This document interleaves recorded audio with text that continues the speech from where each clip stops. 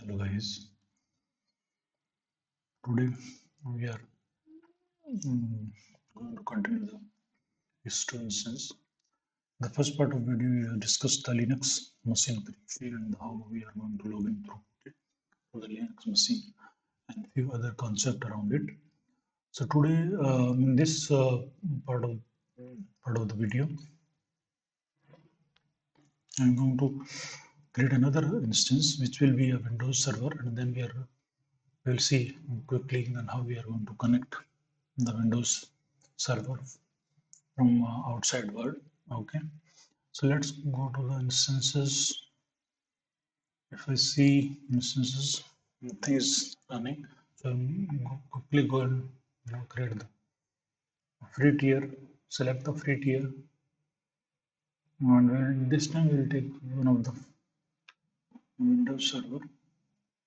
So I'm just taking the first Windows server, probably make a 2019 base, or let's take another one, 2016 base. Okay, so I'm taking this one. There is also free tier available. So like, okay. So I'm taking T2.micro, which has one CPU, 1 GB of memory, RAM memory, and the storage ABS only. It's a low to moderate performance. So IPv6 support is there. Next we are along configuration. Configuration, we are going to create one instance only, and we'll take the default virtual public cloud, and other network configuration, and the security group configuration will remain by default. Then we are going to take the storage. This is also has SSD storage, general purpose, 100 to 3000 IOPS supported. Then we will have quick type pair. So let's say type again EC2 Windows, if I say so, and the department, let's say we are going to create the retail. Okay, then security group configuration, we are taking another, again default. We can go ahead and check for all TCP traffic. Okay, or probably from the anywhere. Okay, just to change the configuration, I'm adding one more security group. So what it means is all TCP traffic coming in, okay, can be the port range for TCP, port range for this outside traffic is 0 to 65,535. Okay, and here customs, if I want to provide my IP address, then it's taking this IP address. Okay, I'm allowing it for all the IP addresses. Okay, review and launch. So this is also for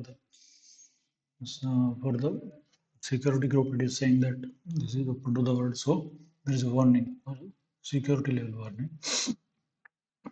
Now I'm launching it. So while launching it, and again there is a keys. So I'm creating new keys. So let's say key name is win retail key. Okay, win retail key. Let me download this win retail key is downloaded. So launch the instance. So while this instance is, let's see, go to the instance. So there is nothing is running. So this is our newly created instance. So name will not be there, only ID will be there. So we will create the Windows server 01. Okay, Windows server. Okay, So we want to see the detail. This is instance ID. State is pending just now. If we refresh it, still pending. Here, public IP address, okay. Private IP address, public DNS and private DNS, and we have virtual private cloud and the default subnet. We did not mention any elastic IP. We did not create any elastic IP. Elastic IP is one more concept which is applies for EC2 instance is so whenever we terminate this instance, okay. So every time there will be a new IP address, public IP address will be getting created. So to avoid that, the AWS provides few 4 to 5 IP addresses per user for free. If you want to create more IP addresses for such machines, right, for such EC2 machines, if you want to create more, then there will be a charge. But 4 to 5 IP addresses you can create and assign to this EC2 machine. Okay. So if we create elastic IP address and then assign to this machine, then every time that IP address will be used. If we reboot or if we shut down and reboot, okay, in those cases this IP address is not going to change. There will be static IP address. Then we assign the elastic IP address. Okay, so this is another concept. So now let's see what is the status. Let me show. Yeah, so this is created.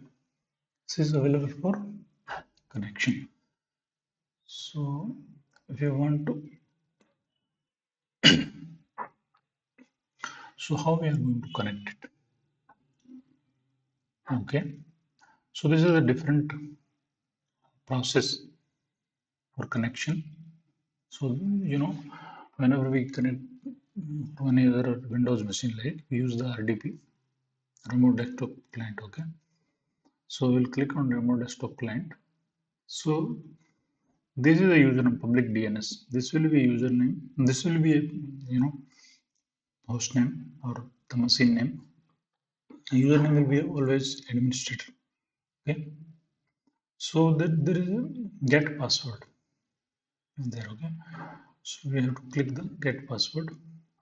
Okay, now we need to give the key, whatever we have created just now, right? So let me go to the downloads. I think, yeah, we have created a win retail key. We give the win retail key. So this key is taken as it is. Key pair. We have to decrypt, encrypt. This is encrypted. Okay, and lengthy key. We have to create a sorted key, short key, and also decryption mode. Okay. So this is the password. Okay, or we can copy this password like that. Let me paste this password somewhere. Open the notepad. Okay, so this is password. Host name is, I can copy host name as well. This is going to be your host name. Okay, the username will be always administrator. Okay, this is the username. Okay, so we'll use this to connect. Okay, so let me open this remote desktop client. Okay, so when we open this window will appear same like we go from search and remote desktop connection, right? Similarly, so it already taken this host name and also the username. So we just need to give the key name. Okay, so I have to give this key name. So let me copy this.